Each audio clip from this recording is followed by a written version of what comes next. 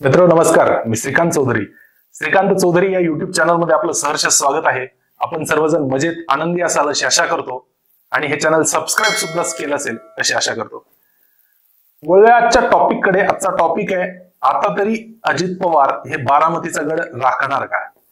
कारण अजित पवारांनी बारामतीच्या गडासाठी अनेक शिलेदारांनी सेनापती त्या ठिकाणी तैनात केलेले आहेत.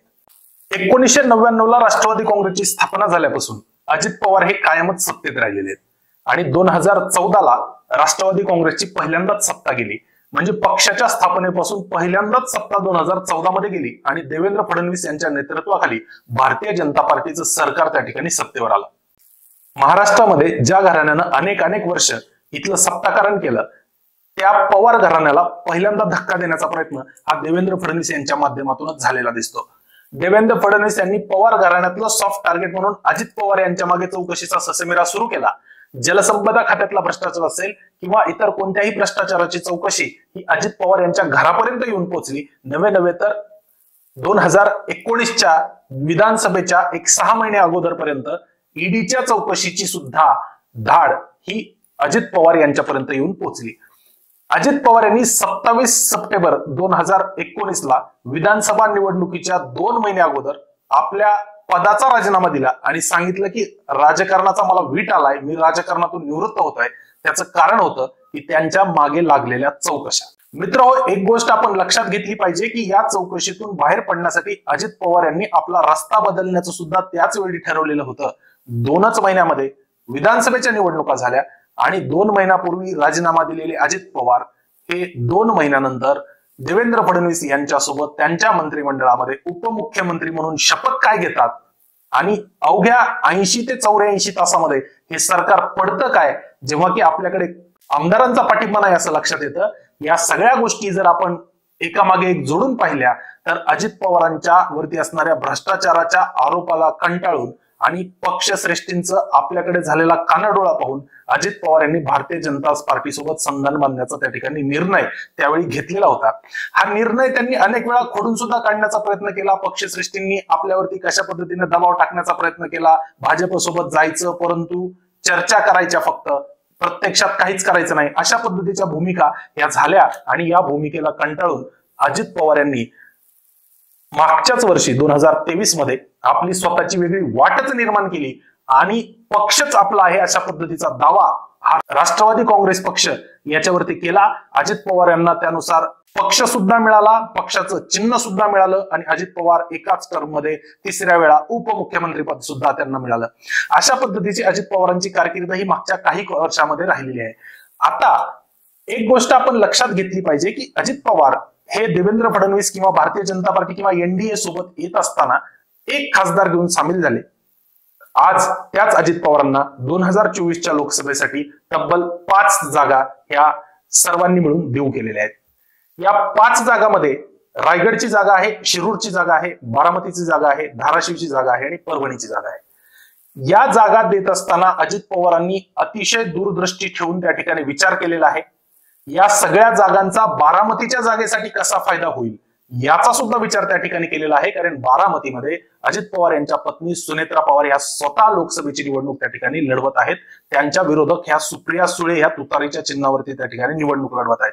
त्यामुळे पवार विरुद्ध पवार अशा पद्धतीचा बारामतीचा हाय व्होल्टेज ड्रामा बारामतीमध्ये रंगत असताना या प्रचारामध्ये आपल्याला कशा पद्धतीने आघाडी घेता येईल याचे प्रयत्न हे सर्वस्वी अजित पवार आज करताना आपल्याला दिसतात आणि याची प्रत्यंतर आपल्याला पावलावर येतात. त्याचं पहिलं प्रत्यंतर महादेव जानकर यांना आपल्या युतीसोबत घेऊन त्यांना परभणीचं तिकीट देणं.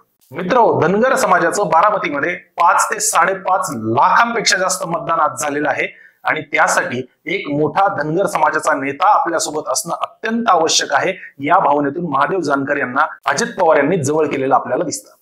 खरं तर महायुतीचा विचार केला तर धनगर समाजाचं मतदान हे बारामतीमध्ये मिळवून देण्यासाठी अगोदरच एक धनगर नेता गोपीचंद पडळकर यांच्या रूपानं बारामतीमध्ये प्लांट केला गेलेला होता.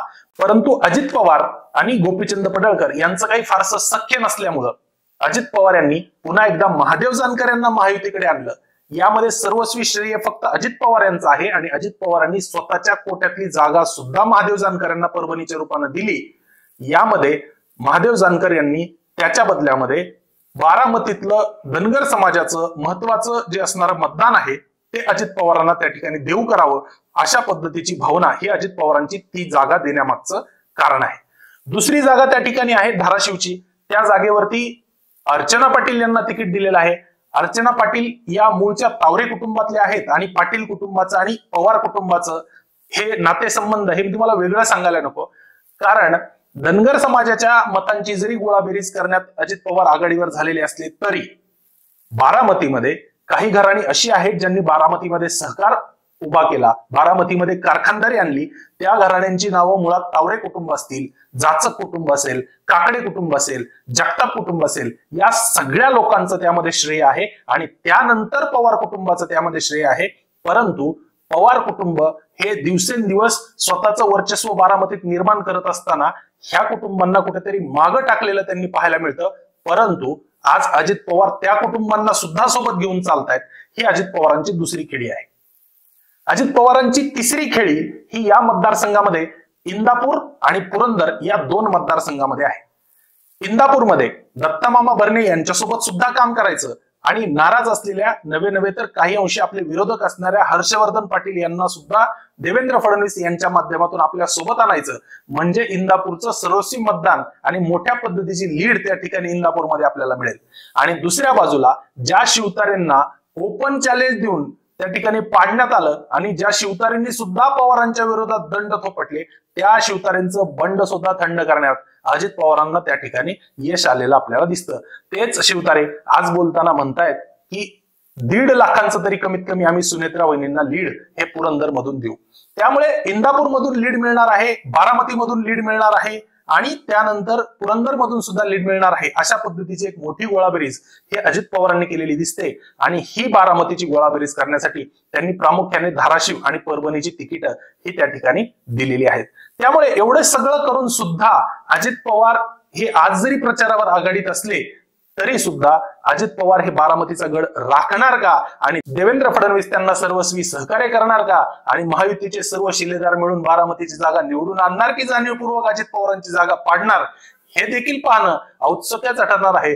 तुर्तास आपल्याला बारामती लोकसभा मतदारसंघाबद्दल काय वाटतं हे मला सांगायला विसरू नका आणि हे चॅनल सबस्क्राईब केलं नसेल तर हे चॅनल जरूर सबस्क्राईब करा. तुर्तास धन्यवाद.